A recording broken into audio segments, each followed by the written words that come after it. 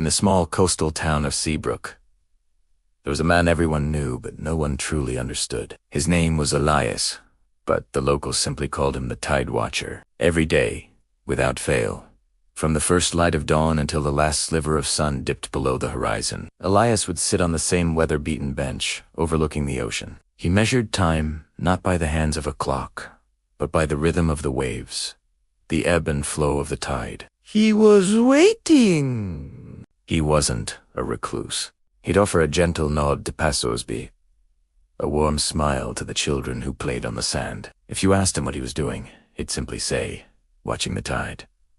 But the older folks, the ones who had seen him there for decades, knew there was more to it. They whispered a story, a tale of love and loss, as timeless as the sea itself. The story began 50 years ago. Elias was a young, spirited fisherman, his hands calloused from pulling nets, his face weathered by the sun and sea spray. His heart belonged to one person, a woman named Clara.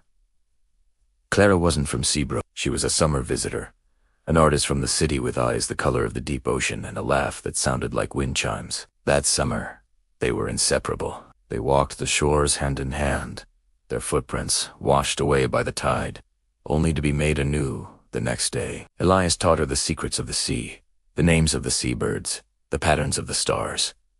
Clara, in turn, painted him, capturing the love in his eyes and the sea in his soul. Her canvases were filled with the vibrant life of Seabrook, but her masterpiece was always Elias. As the summer drew to a close, a sense of melancholy settled over them. Clara had to return to the city. Her family, her studies, her life was there. On their last evening together, they sat on that very same bench. The sky was a brilliant canvas of orange and pink. "I have to go," Clara whispered, her voice choked with emotion. "But I will come back. I promise." Elias held her hand tightly. "When?" he asked, his heart aching. She looked out at the ocean, at the tide slowly receding from the shore. "When the tide forgets to turn," she said, trying to make a light-hearted joke to mask her tears. "No, silly. I'll be back next summer."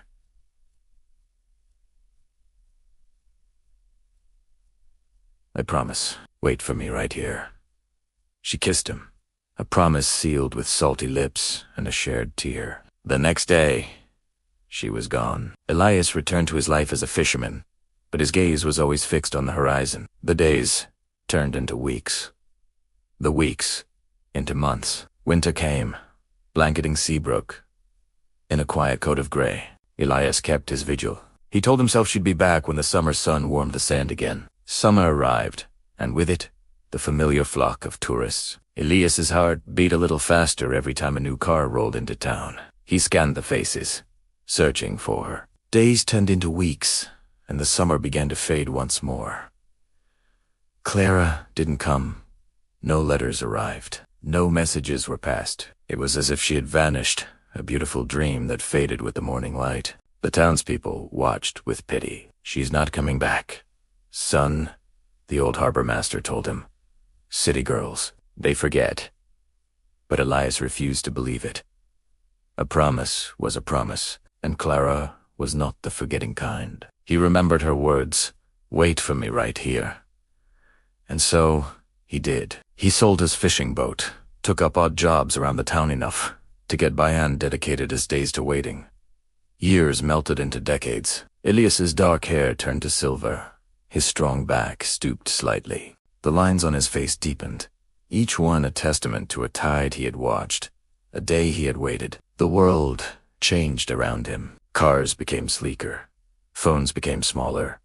But Elias and his bench remained constant, a landmark of unwavering faith. He became a local legend. Tourists would take his picture, intrigued by the old man who stared at the sea. They'd ask the locals about him, and they would hear the romantic, tragic story of the Tide Watcher. Some called him a fool. Others called him a saint of devotion.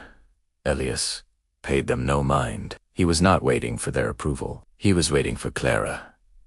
One bright Tuesday morning, a sleek, modern car, unlike the usual vehicles seen in Seabrook, pulled up near the promenade. A young woman stepped out, her eyes scanning the shoreline. She was elegant, dressed in city clothes, but there was something familiar in the way she held herself.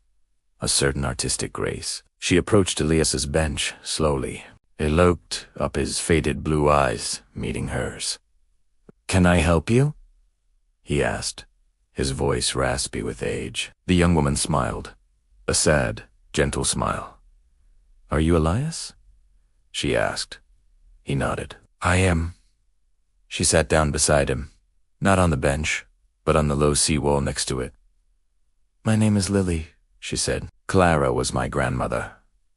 Elias's heart, which had been beating in a slow, steady rhythm for 50 years, suddenly skipped. He stared at her, truly seeing her now. The same deep ocean eyes, the same gentle curve of her smile. He remained silent, a torrent of questions flooding his mind. Lily seemed to understand. She pulled a small, worn, leather-bound journal from her bag. "She passed away last month," Lily said softly. "She told me everything. In her will, she asked me to come here." "To find you." Lily opened the journal. The pages were filled with Clara's elegant handwriting and delicate sketches. Sketches of the sea, of the gulls, of the town, and on almost every page, a sketch of a young man with love in his eyes. "She never forgot you," Lily continued, her voice trembling slightly. "Not for a single day."